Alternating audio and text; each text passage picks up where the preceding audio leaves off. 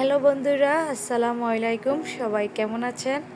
আশা করি সবাই ভালো আছেন। আল্লাহর অশেষ রহমতে আমরাও ভালো আছি। চলে আসলাম মুস্কান ফ্যামিলি থেকে আরও একটা নতুন ভিডিও নিয়ে। আজকের ভিডিওটা স্টার্ট করলাম ধর্মসাগর পাড় থেকে। সকাল সকাল বাচ্চাদেরকে স্কুলে রেখে ভাবিদের সাথে আড্ডা দিতে চলে এসেছি। এই পাড় দিয়ে যখন যাই সচরাচর তো ওইভাবে ভিডিও করা হয় না, যখনই সুন্দর কিছু দেখতে পাই তখনই আর কি ভিডিও করি।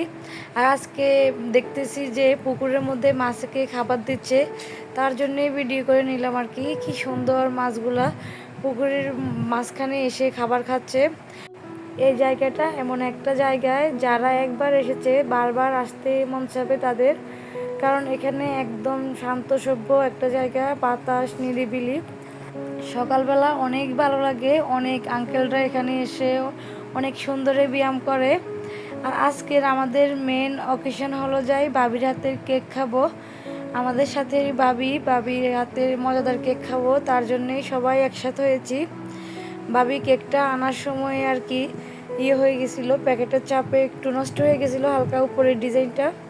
আর আমরা যখনই কেক কাটিং করতে গেছি তখনই ঝুম বৃষ্টি শুরু হয়ে গেছে।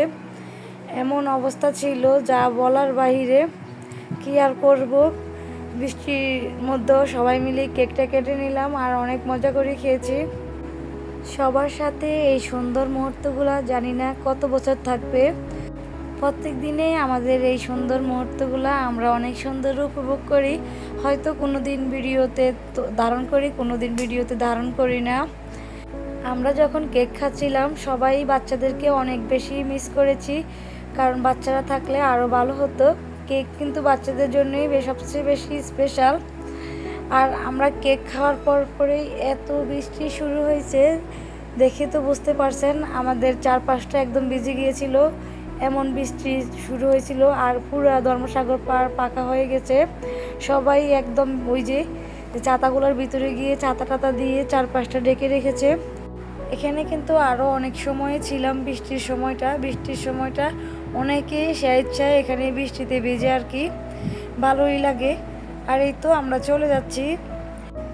চলে যাওয়ার সময় কিন্তু ওইরকম বৃষ্টি পড়ে নাই। আমরা আবার একটা দোকানে ঝালমুড়ি খাচ্ছিলাম, তখনই হঠাৎ করে ঝুম বৃষ্টি শুরু হয়ে গেছে। পরে আমরা এই তাল গাছের নিচে আশ্রয় নিয়েছি।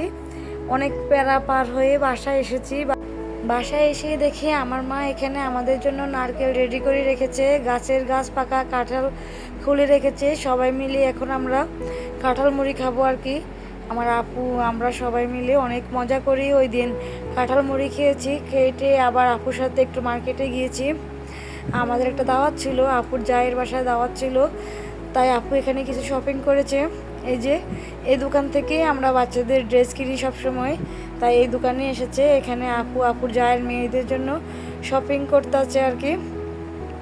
বড় মেয়ের জন্য এই টু পিসটা নিয়েছে, আর এই তো মেজু মেয়ের জন্য এই ফ্রকটা নিয়েছে। সেম ফ্রকে আপু আবার মুস্কানকেও দিয়েছে। আবার আপু যাওয়ার সময় আবার সেমটা আমি নুহাকে দিয়েছি। মানে একই বাসার তিনজনের সেম ড্রেসই হয়েছে। এই ড্রেসটা আমার কাছে অনেক ভালো লেগেছে, আপুর কাছেও অনেক ভালো লেগেছে। দোকানটা যেহেতু আমাদের পরিচিত, তাই ঘুরে ঘুরে অন্যান্য ড্রেসগুলো দেখতেছি, দেখি কোনটা চয়েস হয় আর কি। কিন্তু ওইটাই শুরুতে যেটা দেখেছি ওইটাই চয়েস হয়েছিল, পরে এই ড্রেসটা আবার দেখাইছিল, কিন্তু এই ড্রেসের ওড়নাটা খুবই বাজে ছিল, তাই আর এই ড্রেসটা নেওয়া হয় নাই। আর এই তো ছোটো মেয়ের জন্য এই ড্রেসটা নেওয়া হয়েছে আর কি, আপুর জায়ের ছোটো মেয়েটার জন্য। আর আজকে আমরা অনেক অনেক পরিশ্রম করেছি, ওইগুলো আর ভিডিওতে নেওয়া হয় নাই। যেহেতু আপু জায়গা কিনতে এসেছে, তাই এই যে কিছুক্ষণ ব্যাংকে এখানে সেখানে দৌড়াদৌড়ি সব মিলিয়ে অনেক প্যারায় ছিলাম। আর ওই রকমভাবে আমাদের সুন্দর সুন্দর মুহূর্তগুলো ভিডিও করা হয় নাই। এই তো মার্কেট থেকে এসে বাসায় আসলাম। বাসায় এসে ফ্রেশ হয়ে আবার আমার আপুর জায়ের বাসায় দাওয়াত খেতে এসেছি, ভাবিদের বাসায় আর কি। ওইখানে তো সবসময় খাওয়া দাওয়া চলেই, এখন আবার দাওয়াতে এসেছি আর কি। আপু যেহেতু এসেছে তাই আবার আপুকে স্পেশালভাবে দাওয়াত করেছে। দাওয়াত খেয়ে আবার বিকেলবেলা আপুর সাথে, আপু যেখানে জায়গা কিনেছে ওইখানে জায়গা দেখতে বের হয়েছিলাম। আর ওই যে পাশে একটা বাউন্ডারি দেওয়া, ওইটাও আমার আপুদের জায়গা। আর এই এখন যে বাউন্ডারি দেখতে পেয়েছেন এটাও নিয়েছে নতুন করে আর কি। এক পাশে করা আছে, কয়েকটা রুম করা আছে এক পাশে, আর এক পাশ খালি আছে। আর আমরা এসেছি নতুন আর কি, আমরা আর আগে কখনো এখানে আসি নাই। আর এখানে আসার পর আমাদের খুবই ভালো লেগেছে। এই মানে আপুর নতুন বাড়িতে কিন্তু অনেক ফল ফলাদি গাছ আছে, আম গাছ, তারপরে হলো যাই বড়ই গাছ, অনেক কিছু আছে, কলা গাছ, সব কিছুই দেখলাম। আর এখানকার ভাড়াটিয়াগুলো আমাদের দিকে তাকিয়েছিল। আর যেই মহিলা থেকে আর কি বাড়িটা কিনা হয়েছে উনিও ঘুরে ফিরে সব কিছু দেখাচ্ছে আর কি, কতটুকু কোনো জায়গা। এক সময় তো দেখা যায় এগুলো সব কিছুই ভাঙ্গা হয়ে যাবে আর কি। সব কিছু সুন্দরভাবে দেখে শুনে পরে বাসায় চলে এসেছি। বাসায় এসে তো রান্না বসিয়ে দিলাম আর কি। এখানে পুঁটি মাছ তেলে ভেজে নিচ্ছি। পুঁটি মাছগুলো পরে ভাজি করেছি, ওইটা আর ভিডিও করি নাই। আর অনেক গরম ছিল তখন, রান্না বান্না করতে অনেক অসুবিধা হইতো। মানে একদিন বৃষ্টি হলে দেখা যায় আরেকদিন হতো না। আর বৃষ্টি হওয়ার পর কিন্তু গরমটা আরও বেড়ে যায়, সেটাই বেশি খারাপ লাগে, ওই গরমটা নেওয়া যায় না। আর এই তো রান্না বান্না করতেছি গরমের মধ্যে আর কি। এখানে আমাদের গাছের একটা কুমড়া রান্না করব, এটা হলো চাল কুমড়া। আমাদের এদিকে এটাকে চাল কুমড়া বলে, এক এক জায়গায় এক এক নামে ডাকে আর কি এগুলোকে। আর এই তো কুমড়াটা কিন্তু কচি ছিল মোটামুটি, এখন আমি কেটে নিচ্ছি। আর গাছের সবজি তো খেতে অনেক মজা। আমার হাজব্যান্ড আমাদের গাছের এই চাল কুমড়াটা নিয়ে এসেছিল। আমরা কিন্তু গাছের তরতাজা সবজি খেতে অনেক বেশি পছন্দ করি। আবার দেশি ফলমূল, দেশি খাবারটাই আমাদের ঘরের মধ্যে বেশি পছন্দ করে, সবারই পছন্দ, পুরো ফুল ফ্যামিলির। আমার শ্বশুর তো সবসময় ছাদ বাগানে খুঁটিনাটি সবজি লাগায়, কিন্তু ইদানিং আমাদের ছাদ বাগানে কোনো সবজিই নেই। ওই যে বৃষ্টি হয় মনে হয় না, পচে যায় আর কি। এই ভিডিওগুলো তো আমার অনেক আগের। আর ভিডিওতে যখন আমি ভয়েস দিতে গিয়েছি তখন আমি সব ভুলে গেছি, কখন কি হয়েছে না হয়েছে, মানে কি ভয়েসে কি বলতেছি না বলতেছি কিছুই বুঝতেছি না। আর আমার এই খুঁটিনাটি বিষয়গুলো আপুরা একটু ক্ষমার দৃষ্টিতে দেখবেন, কিছুই করার নাই, যেহেতু ভিডিওগুলো আগে করা হয়েছে তাই আর কি আপলোড তো দিতেই হবে। আর এত কষ্ট করে ভিডিও করলাম, যদি আপলোডে না দেয় তাহলে তো নিজের কাছে খারাপ লাগবে আর কি। তখন তো এগুলা কষ্ট করে নিয়েছি, কিন্তু এখন আমার কাছে খুবই খারাপ লাগতেছে। যখন আমি ভয়েস দিতে গিয়েছি তখন মনে করতে পারতেছি না ওই সময়টাতে কি হয়েছে না হয়েছে, যেহেতু 10-15 দিনের বেশিও গ্যাপ পড়ে গেছে আর কি। তার ভিতরে তো আমি আবার ওই যে ঈদের যে ভিডিওগুলো সেগুলো আপলোড দিয়েছি আপনাদের মাঝে, তার জন্যই আরও বেশি খারাপ লাগতেছে আর কি। এই তো এদিকে আমি রান্না বসিয়ে দিলাম, দুই পাশে দুইটা, এক পাশে ভাত আর এক পাশে এই যে চাল কুমড়ার যে সবজিটা সেটা বসিয়ে দিলাম। আর আমরা এটা অনেক রকমই রান্না করি, ডাল দিয়েও রান্না করি, মাছ দিয়েও রান্না করি, দুইভাবে রান্না করলে আমার কাছে ভালো লাগে।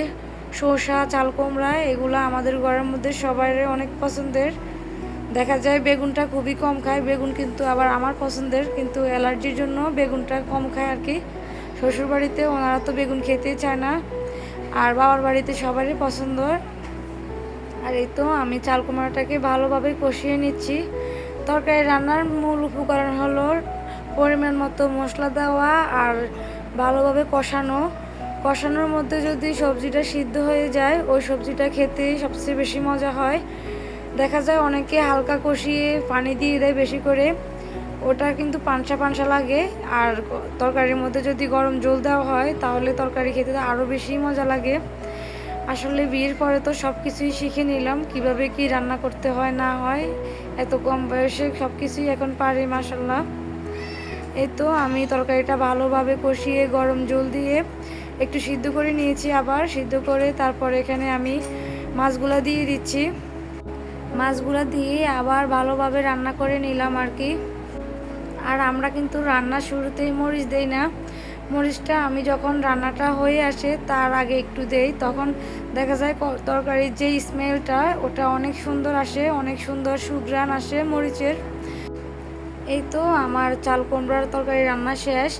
এক এক অঞ্চলে এক এক রকমের রান্না করে, হয়তো আমার এই রান্নাটা কারোই পছন্দ হয় নাই, কারণ তাদের ওইদিকে আবার অন্যভাবে রান্না করে। আর এদিকে আবার আমার হাজব্যান্ড আমি বাচ্চা কাচ্চা নিয়ে চানাচুর মাখা খেতে বসে গেলাম। আমাদের এত পছন্দের খাবার এটা, সবাই মিলে অনেক মজা করে খেয়েছি, ভিডিওতে দেখে তো বুঝতে পারবেন। আজকের চানাচুর মাখাতেই বেশি কিছু উপাদান দেই নাই, হাতের কাছে যাই ছিল তা দিয়ে বানিয়েছি, হুট করে খেতে মন চাচ্ছিল তার জন্যে আর কি। আর আজকের ভিডিওটা এই পর্যন্তই, সবাই ভালো থাকবেন, আমাদের জন্য দোয়া করবেন। আল্লাহ হাফেজ।